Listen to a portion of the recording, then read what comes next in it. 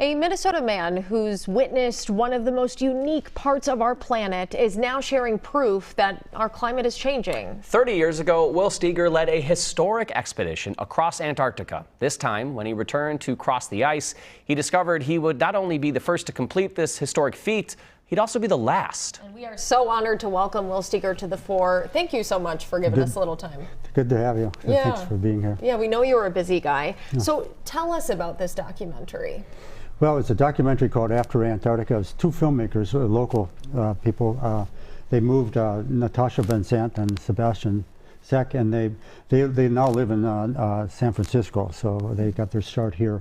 I met them about 7-8 years ago, and Natasha's really a brilliant producer, and she had this idea of doing a film called After. She had the title already, After Antarctica. What does that mean? After was actually, we crossed Antarctica in 1990, but then 30 years later I returned. And of course, Antarctica and the climate has totally changed since that time, so it's kind of revisiting that expedition. And the purpose of the expedition in 1990, the Antarctica was up for review on a treaty. They were going to open up the continent for mineral exploration in 1990. So we did this expedition at that time to draw world attention to, and we managed to actually reverse the 26 treaty nations. So it was real purpose behind that. But we did the film, and we worked together the first couple of years just to get to know each other in a trust level, and then it actually took about 5.5 years, and they did all the filming and producing, so it was their film. Let's take a look at a clip if we can. We have a preview here. Yeah. As I head out on my solo expedition to the Arctic, I think back to the opposite end of the Earth in Antarctica. But now, 30 years later, I see it so differently. Antarctica was totally, violently unpredictable. It all wanted to kill you. Wow, you make it sound like such a brutal but yet beautiful place. Beautiful, I know yeah. you respect it in such a way. Yeah. You say explorations like you've done will not keep happening. What does that mean? Well, the route, I did a number of geographical firsts, 30, 35 years ago, and all the routes I've been on, all the ice shelves have disintegrated because of climate. Wow. So the routes no longer exist. So that's I did the first, but it's really the last expeditions that way. So I've been an eyewitness to the climate change, and then 20-some years ago I started Climate Generation, a nonprofit, and I used that eyewitness to back in the 2002 or 3 when climate was not on the front deck like it is now. Absolutely. But I used that eyewitness account to bring attention to the polar areas, and especially the relationship to the polar areas to us, like Antarctica.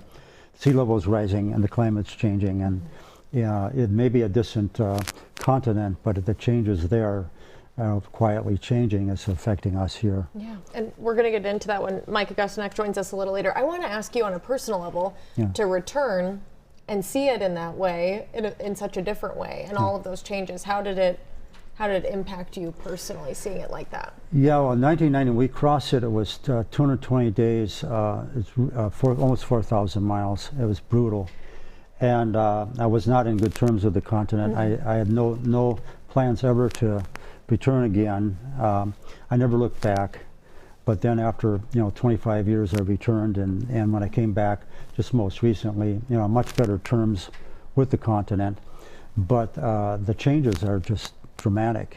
I mean, you see on the ocean the migration of the birds, everything has changed down there with the penguins and the whales. So I'm in good standings, but I still, I see it, how it affects the everyday life here. Most people don't see it in that perspective. We got about 30 seconds. What do you hope people get out of watching this documentary? Well, it's the dramatic of seeing these wild places, but also seeing that there's hope. I mean, the hope is really, for me, myself, is in leadership and being, I call it explorer's mind, clear-mindedness, because it's going to take really new thinking, new concepts and so forth. We're at a state now where people are really in a panic about the climate, and rightly so. But there are I wouldn't say total solutions, but adaptation is not the end of the world. but we do have to start looking at things a little closer, and we defeat ourselves first in our ideas or the present, but there's still a lot of hope there. Great to hear that part, at least. Well, we stick around because we're coming back here. After Antarctica has won a number of international awards, you can watch it on Amazon Prime Video, Apple TV, and Google Play. And we want to continue this conversation about climate change impacts. Yeah, so coming up, we'll talk with Will about the impacts he's seeing in Minnesota, Wisconsin, and what action we can take to slow down these irreversible changes. Welcome back to The Four. Well, we want to be a place for you to turn for resources and expertise to break down complex topics. So we talk a lot about climate change on this show. Yes, and earlier, Will Steger shared some of the obvious and extreme changes he experienced while crossing the Arctic. But what about here? A lot of people think, that's happening there, but what happens there doesn't stay there. And we certainly have impacts and changes that we're seeing here in Minnesota and in the Midwest, right? Yes. Yep. You've been keeping an eye on the real world changes in a way that many of us scientists have had our heads buried in books. So what have you seen change here in Minnesota? Yeah, you have the scientists, but then you have the people that actually are outside. You can talk to farmers and get a good idea. But for sure what we're seeing are extremes, which was predicted, was a long time ago. We're getting the droughts and then the heavy rains, and then we don't get the light rains like we used to. And so we get these spells of extreme weather, some of them violent, some of them are calmer. We had the fire cycle up in Ely for 2 years. That'll probably be coming back in another couple of years. So it's this extreme weather back and forth. When people say to you, well, but Will, the Earth has always been extreme, what do you say to that comment? Yeah, well, the weather, at least our recent weather in 100, 200 years has not been this extreme, back and forth. This is totally unprecedented, what we're seeing. We see these record floods, or it might be the 1,000-year floods, you hear that, or fires or whatever. You hear it all the time on the climate around the world. We may be having a good weather sometimes here, then you look over in Europe and it's just everything's flooding or whatever it might be. But that chaos is what climate represents. And I think you were alluding to it in the previous segment that what happens in the poles, the areas you're very familiar with, does impact us here. Explain that interaction. Yeah, our weather cycles. I mean, when the ocean warms up a degree or so, because our climate mimics the ocean currents. So if you get a little bit of temperature rise in the water, that affects the whole currents, the weather systems. And we're seeing the westerlies jet stream actually is weakening. And another phenomenon we've been seeing in Minnesota, we won't see it this year because we're in a different cycle, but we've seen these later springs in April, even up to May. And we have kind of a in-between winter, and then our winter seems to come. And that's part of the weakening system. It's a complex thing, but it's a vortex, something that we haven't seen before. The good news there is, at least in northern Minnesota, we're not going to totally lose the winter. I thought it'd be a gradual warming front. I've studied weather all my life. I taught it in school 50 years ago. But instead, what we're seeing, we do have this influx of cold weather still. We're not going to lose it totally here, fortunately. You mentioned the good thing, and you used the term fortunately. I wonder what gives you hope about what either humans are doing or what the Earth is maybe able to do to help heal itself as we move forward into this changed climate.